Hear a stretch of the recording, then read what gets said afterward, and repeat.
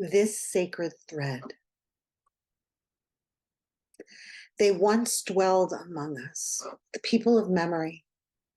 They who knew us, they who taught us, they who hurt us, they who loved us. They touch our lives time and again through their presence and their absence, through familiar scents and favorite songs, through old stories and renewed sorrow. As the earth turns and the leaves fall, we reach back to renew the bonds between us. With hearts and hands open, we hold on to love, ever stronger than death. We reach back in gratitude and understanding. Without our time together, the pain and the joy, we would never be who we are today. We would have little to pass on ourselves. Without fear, with thanksgiving, and with hope for all that awaits, we remember those who have gone before. We honor the circle of life and death and our place within this sacred thread. Heather K. Janelez. There are tendrils of energy strung together that connect each of us to our past. Some are negative connections, and we labor to heal from them as we grow.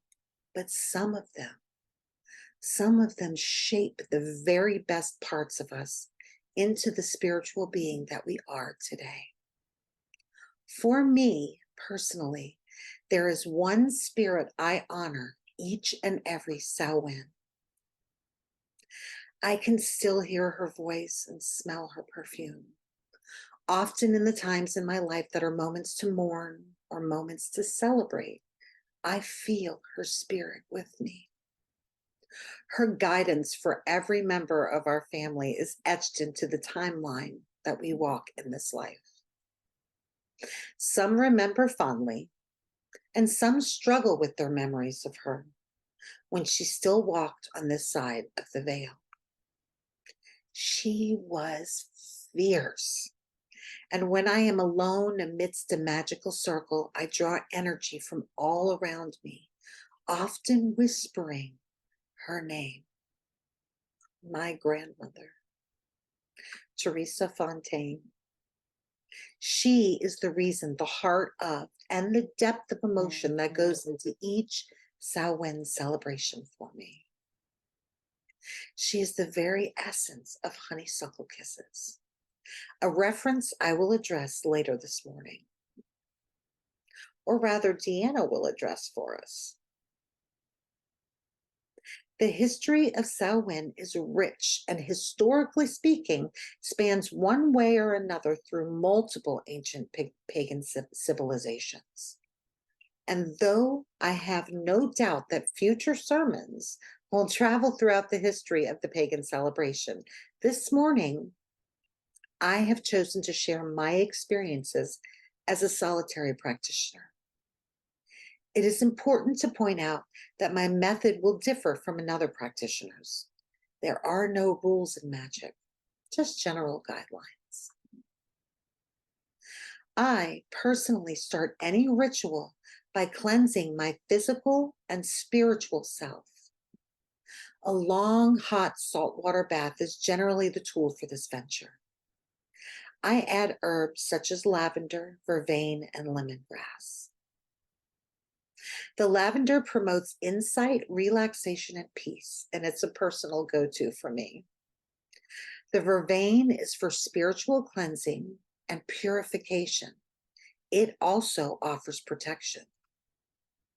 The lemongrass has many magical uses, not the least of which is purification, protection, balance, communication, and divination. During the bath, I meditate or allow the world to fall away. All of the noise associated with the daily grind that is life on this plane of existence falls away and allows me an opportunity for balance. After the cleansing bath, which some call a cleansing ritual, I begin by creating or casting my sacred circle. Practitioners of the craft use magical circles for many different rituals. A witch's magical circle, spear, or field is a particular space marked out which will contain the energy of their magic. It is essentially the creation of a circle or sacred space. A circle will provide magical protection, hold your magical energy and or the energy you are manifesting while casting and providing magical protection all at the same time. I always sweep my circle before I begin, but also sometimes smudge in the same direction, east to west. It is important to note that sweeping from east to west rids a home or circle of negativity, and sweeping in a clockwise direction, also known as diosel, creates a powerful protection circle. While I sweep my circle, I have sometimes used the chant below, or that Deanna is about to share with you. I generally repeat such chants or chants such as these 3 times. Sweep, sweep, sweep the ground, all negativity shall be bound. I banish all that is profane, only positive shall remain. Sweep, sweep, sweep the ground, all negativity shall be bound. I banish all that is profane, only positive shall remain. Sweep, sweep, sweep the ground, all negativity shall be bound. I banish all that is profane, only positive shall remain. Once the area is swept clean, I place representation of the 4 elements in specific positions around the center spot of the circle. The center spot of the circle represents spirit. Deanna will be sitting in that center spot of the sacred circle for us this morning. Then I place a representation of the 4 elements, as I said, to the north, south, east, and west. These are all placed on the edge of the sacred circle. I begin by placing something like a small bowl of dirt to the north to represent earth, then something like a feather to the east to represent air. A candle to the south is placed to represent the element of fire. And last, but certainly not least, I place a bowl of water to the west. Once the elements are in the correct places, I either use a broom, my biosum, a ritual athame, a wand, or I just point my finger to sweep the boundary of the circle. Within my circle is an altar containing representations to honor my ancestors. This choice will differ depending upon the practitioner. My altar each Samhain includes an apple. This specific choice is because I offer the apple to those who have come before me, including, though not limited to, my familial line, fellow practitioners from the past who forged the way for modern pagans, and any additional being who would be comfortable with such a witchy ritual. For example, I always include a friend, Mary Ann, who was a fellow practitioner across the veil many years ago. However, I would not include my younger sister in such a ritual, because when on this side of the veil, she would never have been okay with being included in such an event. And do you remember how vervain offers protection? Well, I sprinkle it on the outer edges of my circle, essentially drawing the circle with the herb. Next, I sit in a comfortable position and focus on the energy inside of me. This part is particularly difficult to explain, but I will do my very best. Imagine a ball of light in the center of your body, And as you focus on that ball of light, you begin feeding it energy, allowing it to grow in size and power. Once you are able to sense that the ball of light has grown so large that it encompasses most of your physical body, allow bits of light to travel through your arm and settle into your fingertips. Remember how I said you use the athame or the wand or the biosum or even your finger to sweep the edge of the circle, and that is clockwise. This is what you sweep it with, those tendrils of light. So you guide the tendril of energy around the outer edge of the circle in a clockwise direction while chanting the following words 3 times. Thrice around the circles bound, evil sink into the ground. Thrice around the circles bound, evil sink into the ground. Thrice around the circles bound, evil sink into the ground. Before delving deeply into any ceremony I feel deeply connected to, I speak the Wiccan read aloud. This is especially important to me when I honor those who have come before me, which is obviously a central theme of Samhain. Abide the Wiccan laws we must, in perfect love and perfect trust. Live and let live, fairly take and fairly give. Cast the circle thrice about to keep the evil spirits out. To bind the spell every time, let the spell be spake in rhyme. Soft of eye and light of touch, speak little, listen much. Deasil go the waxing moon, chanting out the witch's rune. Widdershins go the waning moon, chanting out the baneful rune. When the lady's moon is new, kiss the hand to her times 2. When the moon rides at her peak, then your heart desires seek. Heed the north wind's mighty gale, lock the door and drop the sail. When the wind comes from the south, love will kiss thee on the mouth. When the wind blows from the west, departed souls will have no rest. When the wind blows from the east, expect the new and set the feast. 9 woods in the cauldron go, burn them fast and burn them slow. Elder be the lady's tree, burn it not, or cursed you'll be. When the wheel begins to turn, let the Beltane fires burn. When the wheel is turned to Yule, light the log and the horned one rules. Heed ye flower, bush, and tree, by the lady blessed be. Where the rippling waters go, cast a stone and truth you'll know. When ye have a true need, hearken not to others' greed. With a fool no season spend, lest ye count it as his friend. Merry meet and merry part, bright the cheeks and warm the heart. Mind the threefold law you should, 3 times bad and 3 times good. When misfortune is enow, wear the blue star on thy brow. True in love ever be, lest thy lovers false to thee. 8 words the Wiccan reed fulfill, and ye harm none, do what ye will. Many practitioners will call the 4 corners, also called calling the quarters or calling the elements.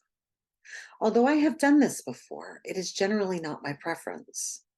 When I am performing such a ceremony, I am honoring the elements by their presence in the outside of my sacred circle, the corners of my sacred circle. And I honor the deities by the following chant. Hear now the words of this witch, the secrets once hid from the light. The eldest of gods are invoked here. The great work of magic is sought.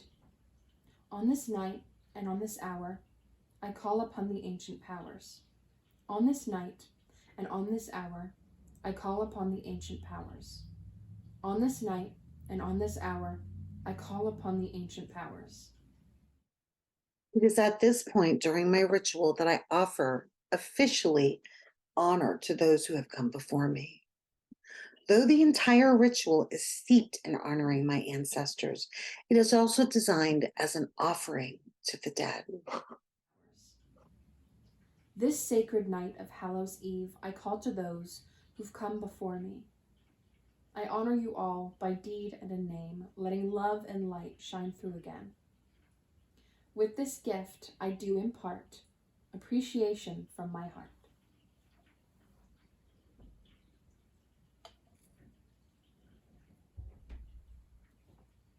The road you paved is one I walk, though my path is one I chart. Upon this night, at this hour, I call upon the sacred power. Connect me to those who've passed, the veil that's dropped, no longer vast. I seek to touch my ancestry, honoring those who've come before me. Filled am I with love and light. I share this gift on this sacred night, and ask with reverence, if need I must, to draw within the strength that's mine, familial power from our line. When the ceremony ends, it's time to close the circle. The tool used to originally open the circle is also used to close the circle. Different practitioners use different methods to close a circle, though more often than not, the direction they choose is counterclockwise or Widdershins when releasing the circle. Some draw the energy back up into the original tool used to cast the circle. Others release the circle back into the earth. I sort of trace back over the area and release. I just think and feel release.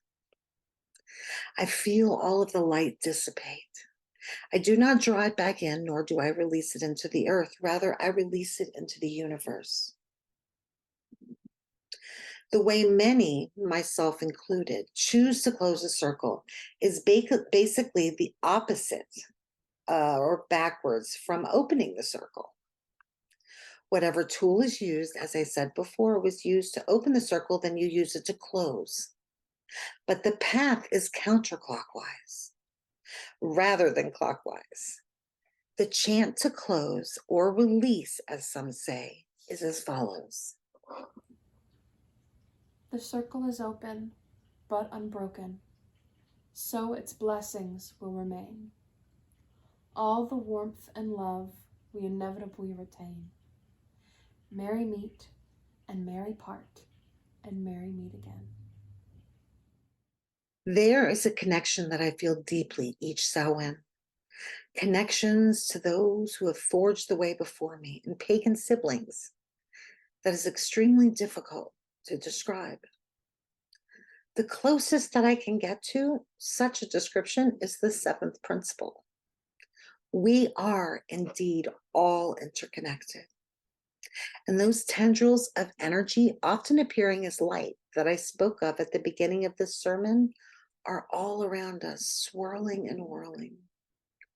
Whether the energy is positive or negative, opportunities for spiritual growth are offered. That light connects me to my grandmother, with additional swirls of light connecting me to my familial line, both past and present. And when I calm my mind, I find that these tendrils of light connect to all living creatures. And it's beautiful. I'd like to close the sermon this morning with a poem written by one of your favorite people in my familial line. Mama. I wrote this poem after you'd passed. I've never had the chance to read it to you. I hope that you would like it. It's about us, our family. So, if you don't like it, you don't have to tell me. It's called Honeysuckles. I remember the first time I heard about honeysuckles. On a sweltering summer day with sweaty thighs and endless skies, my mother told me about the flower's sweetness. She told me it tasted like freedom and summer with a wistful smile on her face. I cut the edges of my mouth while eating a popsicle as I wondered why her happiness could look so sad. When I think of honeysuckles, I think of the women in my family. I think of their hot summers and their less hot winters, and the taste of it left in their mouth when they learned what being a fontaine meant. Mama knew that honeysuckle tasted like knowing that love and fear are two different things. Grandma Laurel knows that honeysuckles taste like standing up for your fellow Fontaine women when they didn't have the strength to stand for themselves. Aunt Susan knows it tastes like not letting the world tell you the limit of what you're capable of. I think Aunt Mary is the reason honeysuckles taste like freedom. For Jennifer, it tastes like knowing that when you never forget where you came from, where you go will always have honeysuckles. Amy tastes it when she greets the darkest moments with a "not this time." She never forgets a second of honeysuckles. I watched my mother clutch for years towards the feeling. She wanted the summer so much it felt like she was dying from the need. I know the world was warm the day she remembered what it tasted like. She told me that summer day it tasted like freedom, but I think it also tastes like the truth. Fontaine women never stay down. As I grew, I wished I knew the taste, but I think I have an inkling of it now. When I was younger, I longed for the taste as I felt the crush of circumstance snuff the light out of me.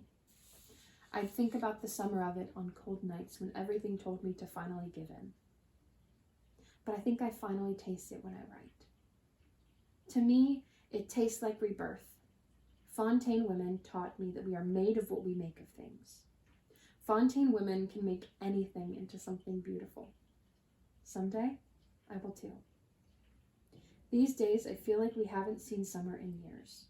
I don't mean this time of year when I say that lately the nights have been getting so much longer. When I was young, my mom told me that my grandmother went to protest back before my mom could walk. I think the honeysuckles that day tasted like knowing that the fight for freedom will never end. Not because the end is impossible or our strength is failing, but because the battle ends the second we decide we're not worth fighting for.